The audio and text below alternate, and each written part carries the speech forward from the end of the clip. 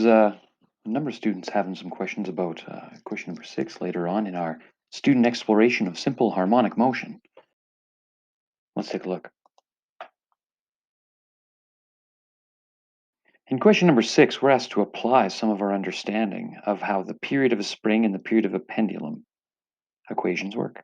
The question is, how long would a pendulum on Earth, where gravity is 9.8 meters per second squared, have to be to have the same period as a spring with a mass of 10 kilograms and a spring constant of 25 Newton over meters?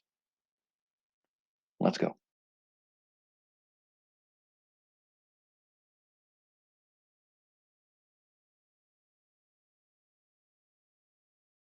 What we're given in the question is that the period of our pendulum is equal to the period of our spring.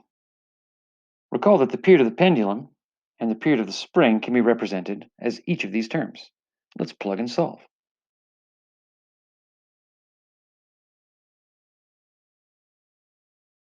All right, so what we've done here is we've set up our equation so that the period of our pendulum is equal to the period of our spring. Now, what we're trying to solve for is how long a pendulum has to be in order for it to have the same period as a spring with specific given parameters. Let's list those parameters.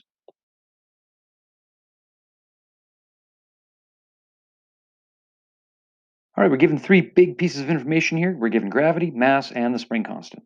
Let's summarize.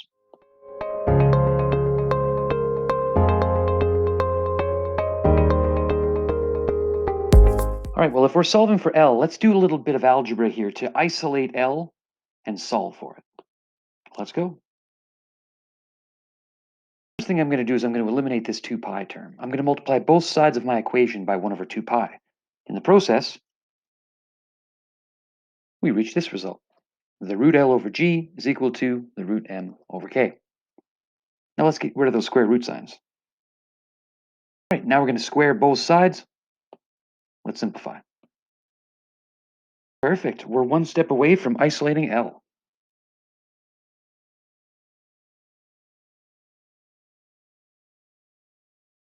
All right, so we've isolated L. It's equal to the mass times gravity divided by the spring constant.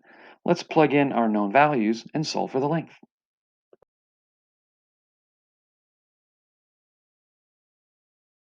All right, we've plugged in and solved for all of our terms. I just want you guys to remember something, that a Newton is equal to kilogram meters over second squared. Just put this in a little thought bubble. That means that the unit currently on our numerator is kilograms meters over second squared, or a Newton. We can simplify our Newtons by reducing. So all that's going to be left here is 1 over meters, which will mean our final answer will be in meters. Let's plug this into our calculator and solve.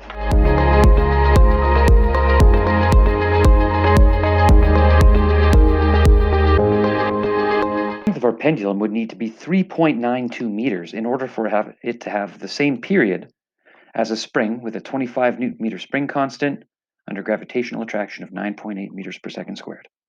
All right, good luck.